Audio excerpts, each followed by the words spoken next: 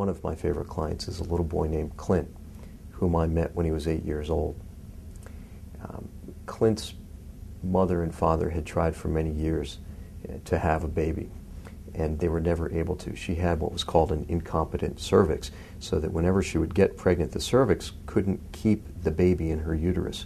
And after a number of attempts, a high-risk specialist actually sewed the cervix closed when she became pregnant again in a surgical procedure called a cerclage, so that she could keep the baby in her uterus and allow it to grow to term. When she went to the doctor's office to have the cerclage surgically removed, the doctor said to her, "You're ready to deliver any time, and I want you to know I might not be here when you deliver. I have to go out of the country for a conference." There was a complicating factor. Not only did she have a cervix which was incompetent, she had something called osteogenesis imperfecta, commonly known as brittle bone disease. Genetically, there was a 1 in 4 chance the baby would have her disease. And before she delivered, the obstetrician said to the husband, "Your job when you get into the delivery room is remind the doctor who's covering, if I'm not there, that your wife is the patient with OI, osteogenesis imperfecta." When she went into labor, the husband performed his job perfectly. He said, "Doc, don't forget, my wife has OI." And the covering obstetrician looked at him and said, "Your wife will be fine." And that really was the telltale testimony, because he totally failed to appreciate the genetic possibility that this baby would have the same disease. As the delivery didn't progress well, he looked at the nurse and asked, "May I have a vacuum extractor?" which he placed on the baby's head and proceeded to pull the baby out. And unfortunately, this baby, Clint, had osteogenesis imperfecta, and he had a serious fracture of the skull from the vacuum extraction pulling against his head to deliver him.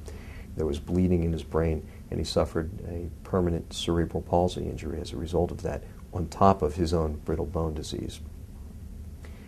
When I came into the picture, Clint was already 8 years old. His parents never realized that his condition was the result of a birth trauma.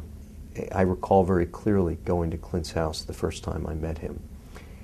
His parents had lost their home paying medical bills for their son. They were living in a mobile home, a trailer home, owned by Clint's grandfather, which he allowed them to use. The trailer home had a doorway and halls that were too narrow for him to get around in his chair, so that when he'd get home, his parents would have to lift him down from the chair to the floor, where he would crawl around on the floor, and that's how he got around in his own home. We handled the case.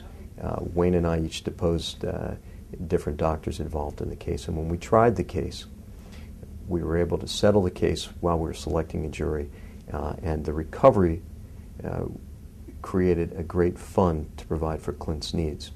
The Special Needs Trust acquired for him a home that was specially adapted to his needs.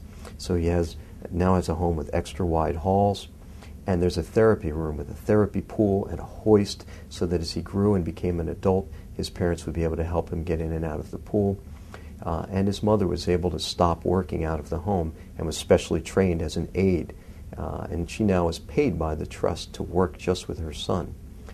I'm really proud to tell you that I get regular cards, videos, and calls from Clint's family. He can now walk independently almost 500 feet. Just 2 weeks ago, I know he got a service dog to help him get around. So that's one of my favorite clients.